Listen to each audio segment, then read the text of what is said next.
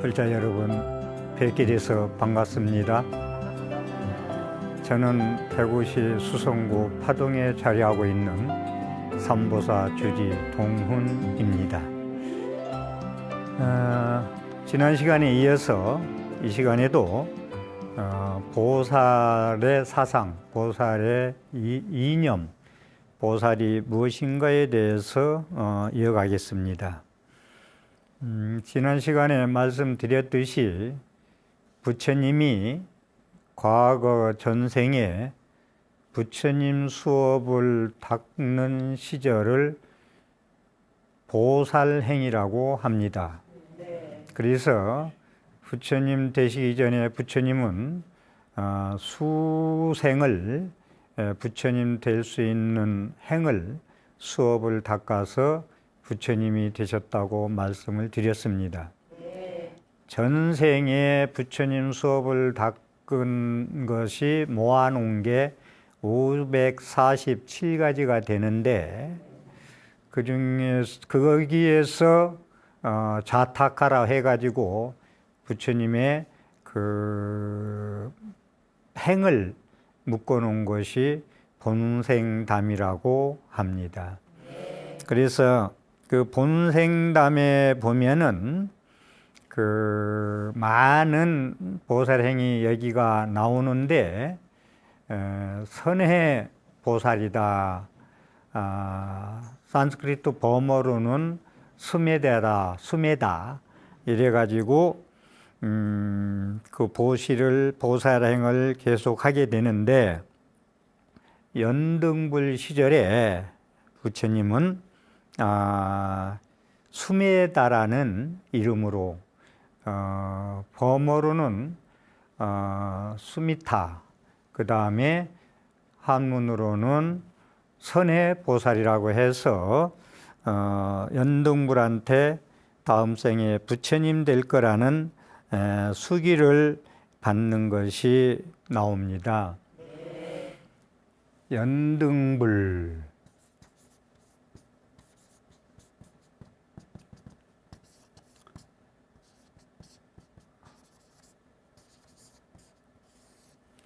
과거 7불 중에서 연등 부처님이 계셨는데 부처님은 이 연등 부처님한테 수기를 받습니다. 이 수기를 받는데 이 수기라는 건 무엇이냐면은 너의 행동을 보니까 너의 보살행을 보니까 먼 훗날에 수겁을 지나서 부처님이 될 것이라는 그러한 그 언약, 약속을 해 드립니다. 서가미 부처님 그 선해 보살, 수메다라는 선해 보살이 보살행을 할 때 이야기입니다.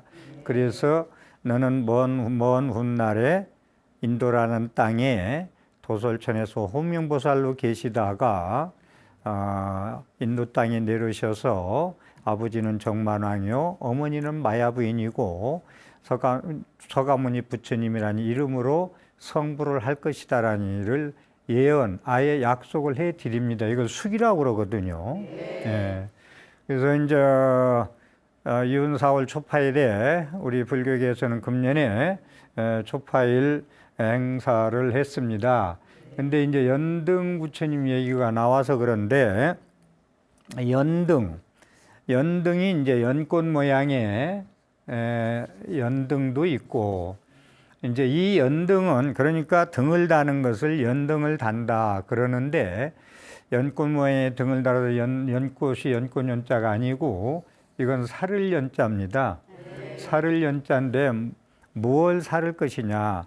108번뇌 분별망상심의 무명 탐진치 삼독으로 인한 108번뇌를 마른 불 타듯이 태워버려야 이 등불을 밝힘으로써 나의 108번뇌 업장을 소멸시켜야 부처님의 자비광명, 지혜광명이 나한테 비춰져서 지혜도 얻고 소원 성취도 하고 가피를 잇겠죠.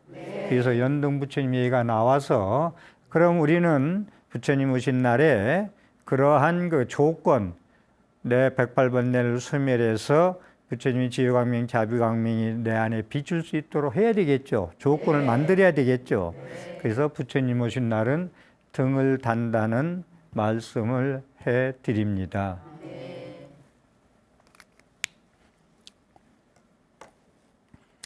자, 그래서 이 시간에는 수메다 선해보살이 과거 전생에 부처님 수업을 닦을 때 연등 부처님한테 수기를 받게 된 동기를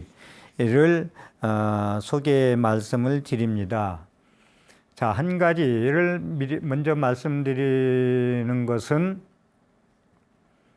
연등 부처님이 법문하러 오시는데 진흙탕을 밟고 가게 돼 있었습니다. 그런데 이 선해보살 수메다가 부처님 맨발로 다니셨거든요. 맨발로 진흙탕을 밟고 가는 것이 그 존경하는 분이 있을 수가 없다 해서 당신이 연등 부처님 오시는 길목에 있다가 오시니까 딱 엎드립니다. 그 진흙탕에 엎드리고 머리를 확 풀어서 머리까지 더 길게 덮으려고 풀어서 엎드려서 부처님이시여, 연등 부처님이시여, 저를 밟고 지나십시오.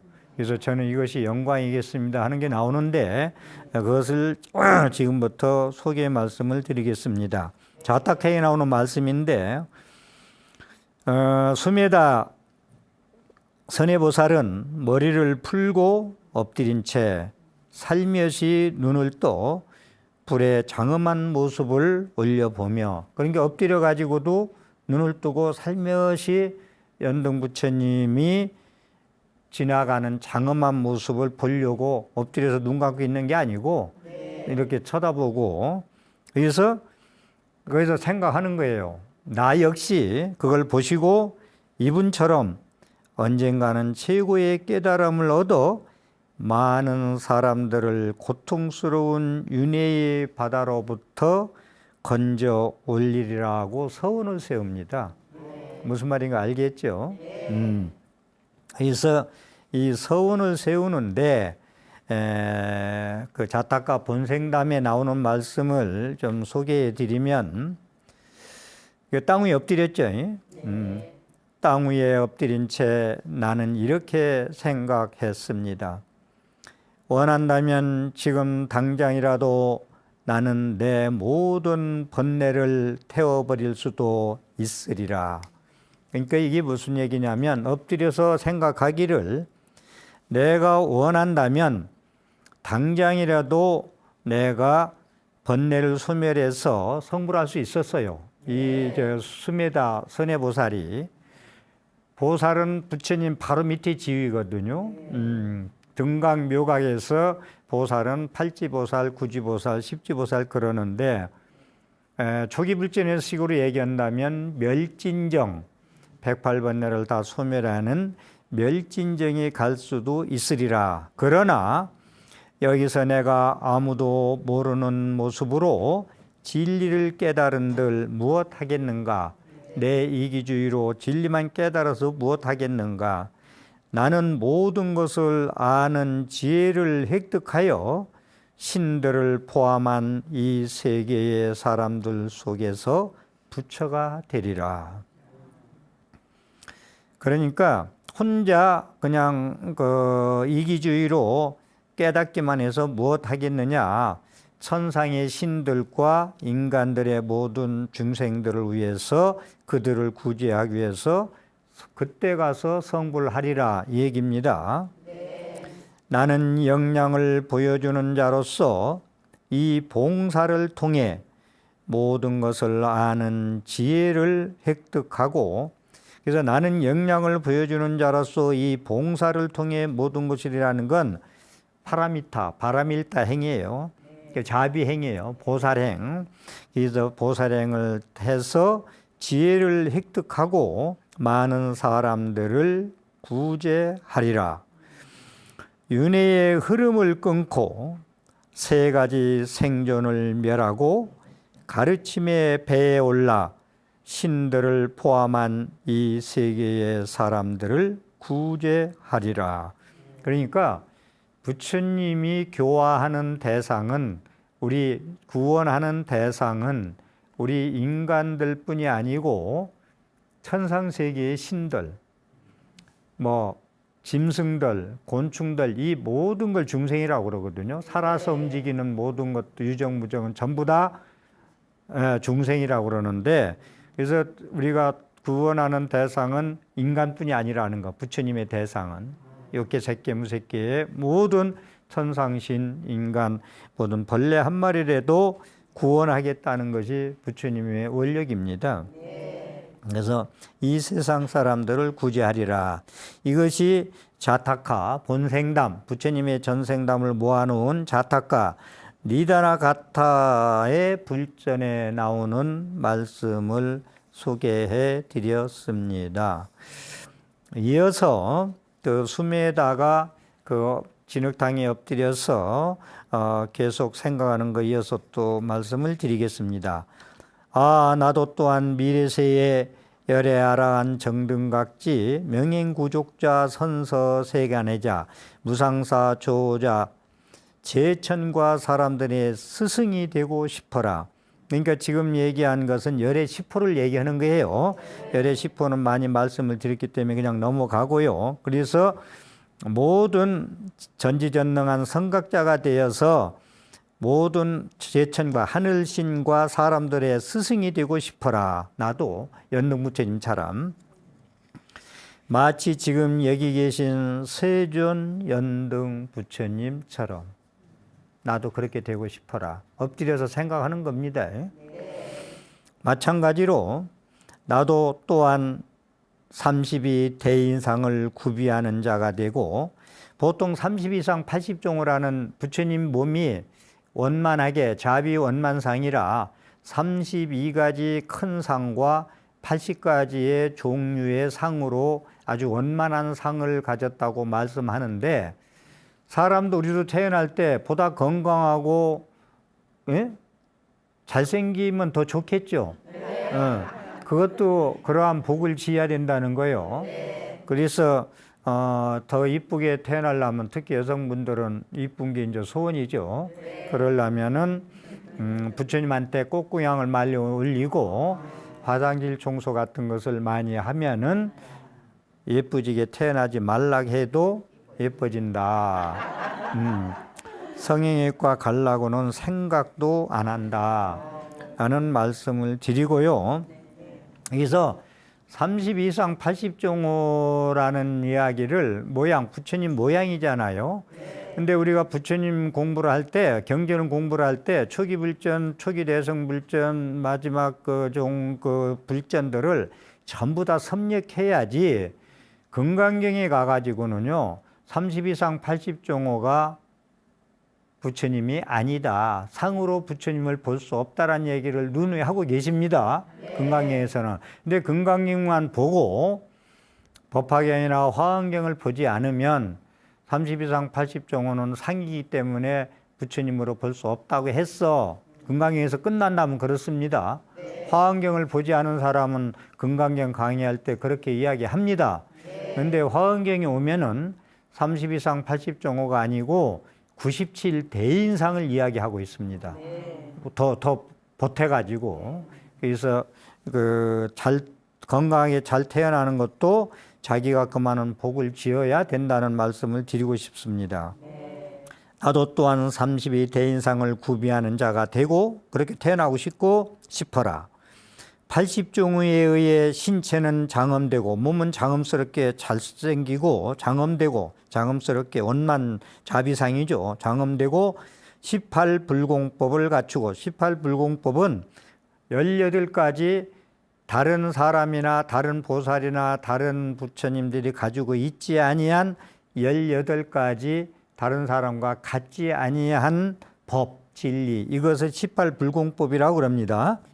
갖추고 열의 심력에 의해 부처님이 또 10가지 힘, 다른 사람이 가지고 있지 않은 10가지 힘이 의해 강하게 사무소에 의해 보다 숙지되는 자가 되고 싶어라.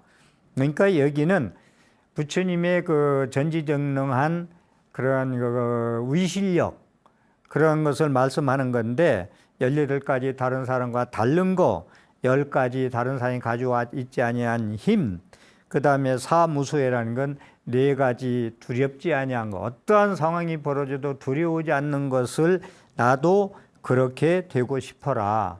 연등 부처님이 그렇게 갖췄으니까 나도 그렇게 되고 싶어라. 그런 겁니다. 마치 지금 여기 계신 세존 연등불처럼 마찬가지로 나도 또한 무상의 법륜을 굴리고 싶어라. 마치 지금 여기 계신 세존 연등 부처님처럼 마찬가지로 제자의 무리를 완전히 지키고 싶어라. 마찬가지로 또 제천과 사람들은 나의 법을 들어야 하며 깨끗한 믿음을 가져야 한다고 생각해 주기를 바란다. 마찬가지로 깨달음을 얻은 나는 다른 자를 깨닫게 해주고 싶어라. 이게 보살행이죠. 자기를 위해서 깨닫고 자기 행복을 위해 깨닫는 게 아니라 전부 남을 구원하고 연등부처님처럼 그러한 상을 갖추고 그런 힘을 갖춰가지고 많은 사람을 구제하고 싶어라. 그래서 석가모니 부처님이 2064년도에 인도로 부처님이 오신 겁니다. 중생을 구원하러. 무슨 말인가 알아듣겠죠? 예. 해탈한 나는 다른 자를 해탈시키고 싶어라. 이렇게 부처님께서는 그 머리를 엎드려서 그러한 생각을 하고 또 이어서 안온을 얻은 나는 다른 자를 안온하게 해주고 싶어라. 평안한 사람을 얻은 나는 다른 자도 평화롭게 평안하게 하고 싶어라. 마치 지금 여기 계신 세존 연등불처럼 나는 많은 사람들의 이익을 위해 많은 사람들의 안락을 위해 세간을 연민하기 때문에 대중의 이익을 위해 제천과 사람들의 이익과 안락을 위해 세존 연등불처럼 되고 싶어라. 그러니까 석가모니 부처님이 2564년전 인도 땅에 태제로 태어나서 그 한 생을 6년 고행하고 닦아서 성불한 게 아니라는 말씀을 드립니다. 과거에 수없이 태어나면서 547가지의 이러한 행 엎드려서 진흙탕에 나를 밟고 가십시오. 그 다음에 이제 연등 부처님 당시에 또 자타카에 나오는 또 한 가지는 선해 선인이라고 그러죠. 선해 선인, 내내 선해보살 수메다 얘기입니다. 이분 얘기예요. 석가모니 부처님 전신 얘기인데 연등 부처님이 그 궁전에 이제 법문하러 가는데 꽃궁양을 그렇게 많이 올려요. 지금도 남방불교에서는 부처님한테 꽃궁양 올리는 것을 빠지지 않습니다. 근데 꽃을 이제 사서 올리려고 그러는데 이거 아가씨가 바라문 여인이에요. 꽃을 파는데 꽃을 팔으라 그러니까 안 판다고 그래요. 근데 왜 안 파느냐 그러니까 그 여인이 나와 결혼하면 팔겠다. 그러니까 이 수메다 부처님의 과거 전생 수메다 선해보살은 선해선인은 부처님한테 꽃을 올리고 싶은 마음 하나로 연등 부처님한테 500양을 우리나라 단위로 한다면 양을 주고 5송이를 삽니다. 그러니까 그 아가씨가 나머지 2송이가 남았어요. 이 2송이는 나를 위해서 꽃궁양을 올려주십시오. 그러니까 결혼을 약속하고 꽃을 팔았죠. 그리고 2송이를 나의 몫으로 올려달라고 했죠.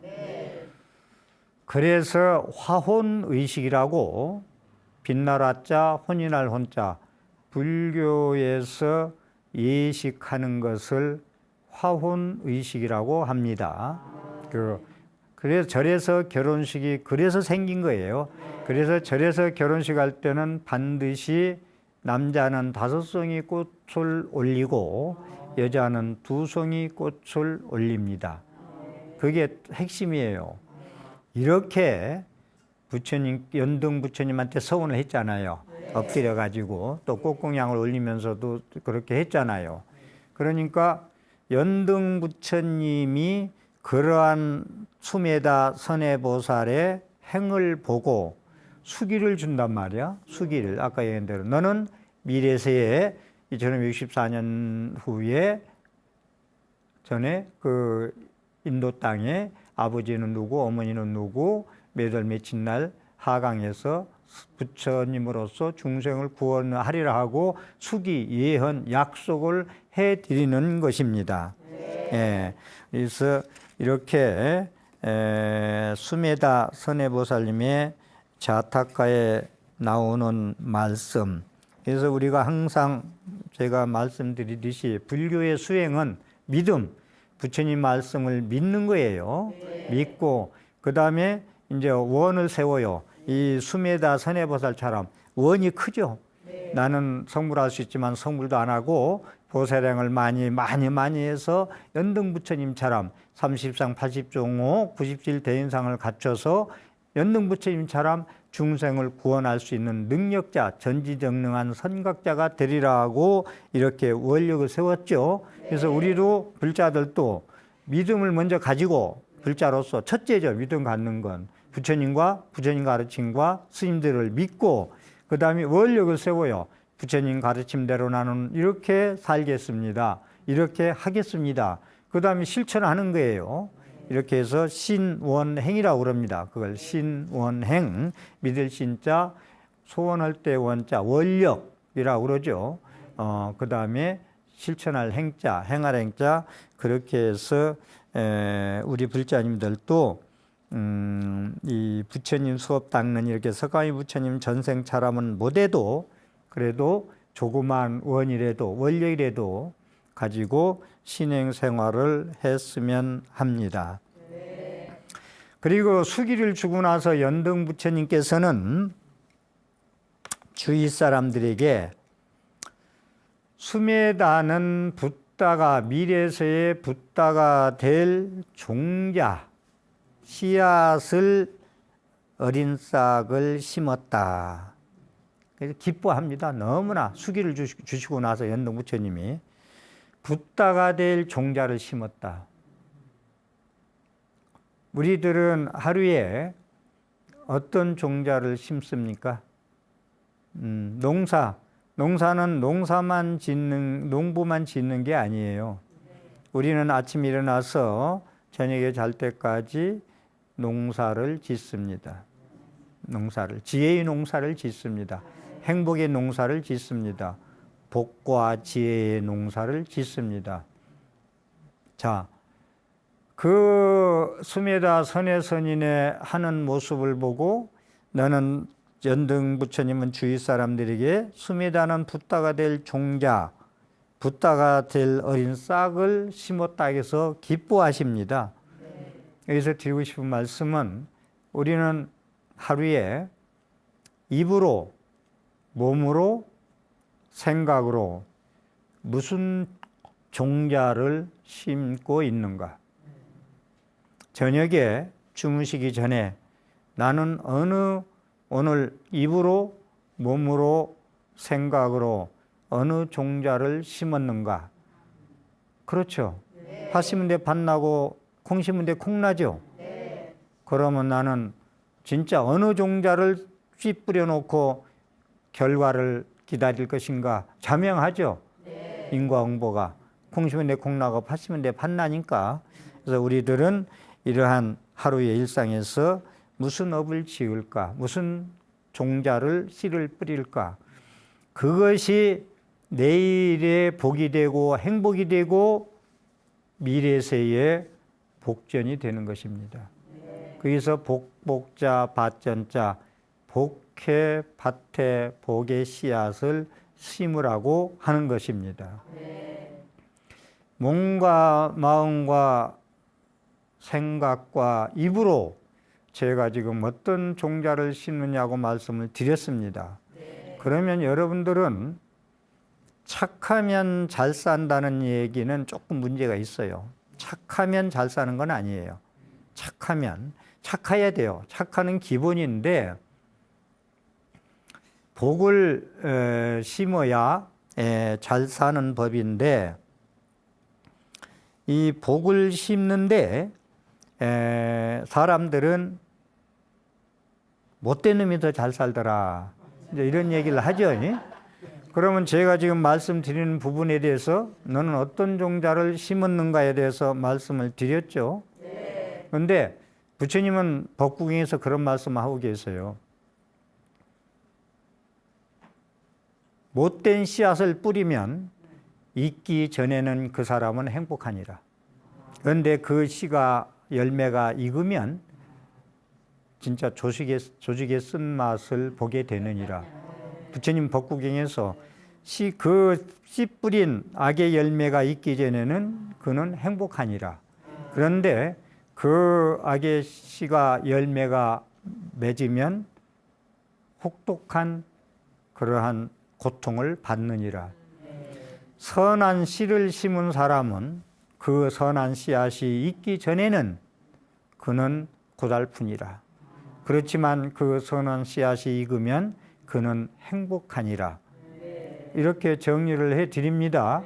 그러니까 주위에 못된 사람이 잘 살더라라고 하시면 아니 됩니다. 보살이라는 말, 보살이라는 이러한 말, 거듭 말씀드리지만 보살이라는 용어는 초기 불전에는 잘 나오지 않고 대승불전에서 보살이 출현하거든요.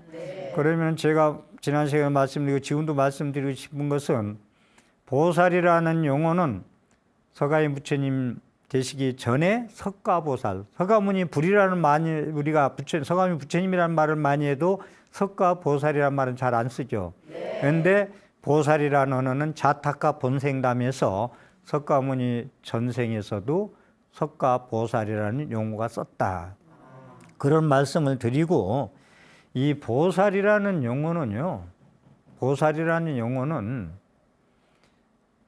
불교 모든 종교를 떠나서 인간의 이상형이에요. 이 보살로서 살면요. 거기에 지혜도 있고 행복도 있고 그냥 인간의 마지막 최고의 꽃 이상향이 보살이에요. 이 보살에 대해서 좀 인식을 좀 잘 해줬으면 좋겠는데, 그러니까 보살이라는 용어는 인간의 최고의 이상향이라는 말씀을 드렸는데, 그러니까 그 보살이라는 용어는 한 줄기 빛이에요. 그 희망을 주는 보살이라는 용어는. 그래서 여러분들한테 희망을 주고 보살행을 하라고, 보살이 되라고, 완전한 인격자가 되라고 스님들이 보살님 해드리는 거예요. 존칭어로. 네. 그렇게 아시고, 그래서 보살이라는 용어를 그냥 진정한 의미를 잘 모르고 그냥 막 쓸 수도 있거든요. 그런데 이 보살이라는 스님들한테 보살님 소리를 듣고 보살 정신이 있고 보살행을 하지 아니하면은 그건 빚지는 거예요. 본인이. 그러겠죠.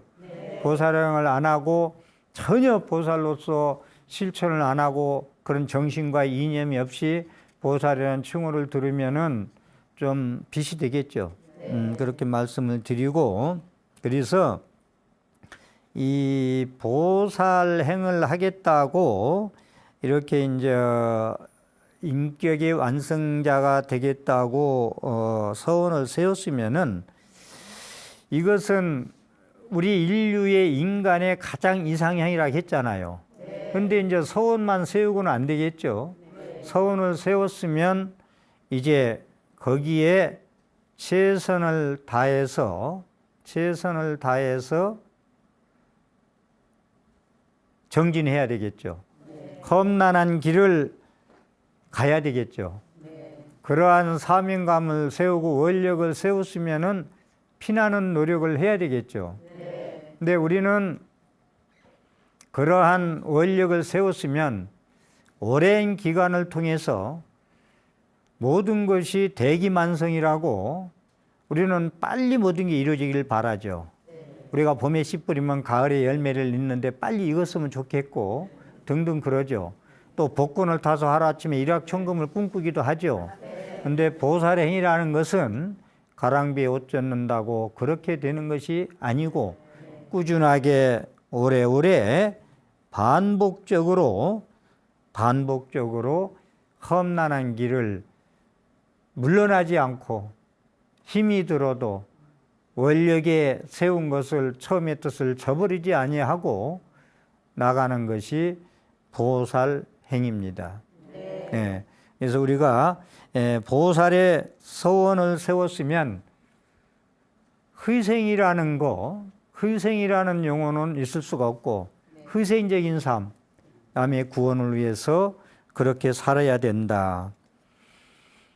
차마고도에 나오는 그러한 그 두 사람, 4,000km인가를 삼보일배, 그 험난한 산을 삼보하고 일배하고 하는 거 보셨어요, 옛날에? 차마고도. 거기 두 사람이 티벳 사람인데 다람살라까지 한 4,000km가 되는 것을 우리가 서울, 부산에 얼마에 한 400km 되나요? 그 몇 배 되는 그 10배 되는 그러한 그 길을 지금은 걸어가도 힘들 텐데 삼보일배 하면서 4,000km를 가도 그냥 한 배 하는데 그냥 뭐 전배합니까? 쫙 엎드리고 손에다가 뭐 끼고. 저는 거기서 마지막에 그걸 보고 눈물을 흘렸던 장면이 다람살라까지 목적지에 갔잖아요. 목적지에 가가지고 뭐라고 했습니까? 첫마디가 4,000km를 삼보일배하면서 가서 거기 첫 성이 뭐라 했느냐면 아이고 부처님한테 나 좀 건강하고 복 좀 주고 잘 살게 해줬으면 좋겠다고 할 줄 알았는데 4,000km를 삼보일배하면서 나는 모든 인류의 평화와 안녕을 위해서 모든 사람의 괴로움이 없기를 바라면서 4,000km를 삼보일배를 하였다고 말을 이어서 했습니다. 그래서 이어서 하는 말이 그리고 나서 나도 다음 생에는 보다 복받고 태어났으면 좋겠습니다라고. 그러니까 이 삼보일배 4,000km를 맨날 몇 달을 가면서 깨달은 거예요. 삶에 대해서. 사람은 어떻게 살아야 되나. 보살이란 용어는 인간의 마지막 가장 수승하고 고귀한 인간상이라고 말씀을 드렸어요. 불교를 떠나서 종교를 떠나서. 그렇기 때문에 우리가 보살행이 그렇게 중요하다. 그러니까 우리는 모든 걸 조금 해놓고 뭘 얻어지지 않나. 부처님한테 기도도 조금 해놓고 뭔가 얻어지지 않는가. 소원선치가 되는가 안 되는가. 이런데 복권이나 사서 하루아침에 날벼락을 맞을까 돈벼락을 맞을까 이런 생각을 하는데 서가미 부처님이 과거에 보살행을 그렇게 모든 불태진의 용기를 가지고 원력을 가지고 하였듯이 다람살라의 티벳의 두 사람이 해양에서 그러한 말을 했듯이 우리가 불자로서 이러한 말씀을 들으면서 어떻게 오늘 하루를 말하고 몸을 움직이고 생각하는 것을 가져야 갈 것인가를 한번 각자 새겼으면 합니다. 보살행은요, 보살행은 이타심이에요. 보살행이라는 것은 우리 인간의 구조는 욕심으로 살게 되어 있어요. 인간의 그 구조는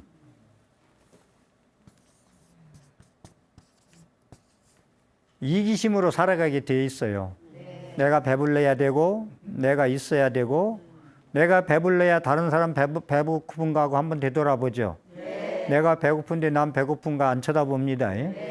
인간의 기본 심리는 이기심으로 돼 있어요. 우리는 지금 보살 이야기를 하는데 보살행을 왜 해야 되느냐? 보살행을 왜 하느냐 하는 것은 이기심을 이타심으로 바뀌기 위해서, 변화시키기 위해서 오늘도 이렇게 와서 이 법문을 강의를 듣고 계시고, 이기심을 소멸시키려고. 이기심은 이게 세상에 너도 이기심 나도 이기심, 이기심만 챙기면요 가정이나 사회나 국가나 시끄럽습니다. 전부 자기가 더 많이 가져야 되고 자기 말이 옳고 시비하고 싸우고. 근데 수행, 불교 수행, 보살행 왜 하느냐? 이기심을 이타심으로, 이타심을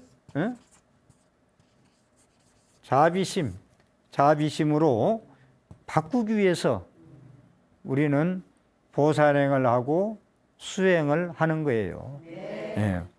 그래서 이것이요, 그냥 말로 끝나면 안 되는 것이, 왜 말로 끝나면 안 되느냐면, 말로 끝나고 저건 뭐 보살들 얘기고 나하고는 해당 사항 안 돼요 그러면은 영원히 자기 업대로 자기의 사는 모습에서 여러분 사는 거 만족해요?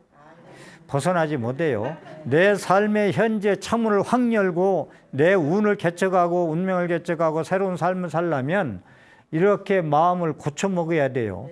그러면 이기심으로 돼 있는데 이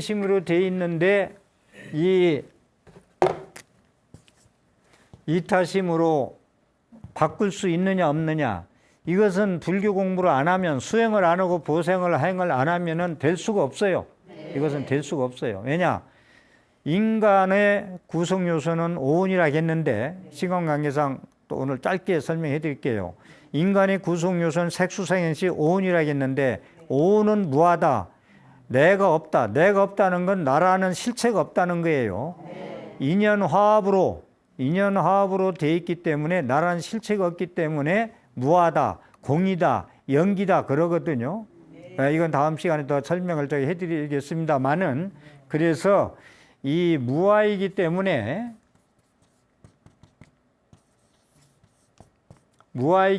내가 없다, 무자성이다. 내가 없다는 얘기는 화내는 나는 없고 욕하는 나는 없다는 거예요. 실체가 아니에요, 그게. 화내고 욕하는 게 실체가 진짜가 아니에요. 그건 아주 나쁜 거잖아요. 좋은 거나 나쁜 거나 모든 건 고유성과 실체가 없는 거예요. 그래서 내가 없다고 그러거든요. 그걸 제가 조금 자세히 지금 말씀드리는 게, 화나는 나는 본래 없다. 나라는 나의 주장은 여러분들 어렸을 때 공부하는 거하고 커서 공부하는 거하고 생각이 틀립니다. 어렸을 때 조그만 저수지가 옛날 어렸을 때는 무지개 컸는데 지금 가서 보면 조그만 물이에요. 예. 그래서 세상은 변하기 때문에 실체가 없는 거예요. 예. 이것을 안다면 이기심은 실체가 없는 거예요. 고유성이 없는 거예요. 진짜가 아니에요. 근데 그러면은 이타심으로 바꾼다. 왜 이타심으로 바꿔야 되느냐는 것은, 세상은 나 혼자 살 수가 없어요. 세상은 더불어 살아야 돼요. 천지동군 만물일체라. 천지동군 만물일체라.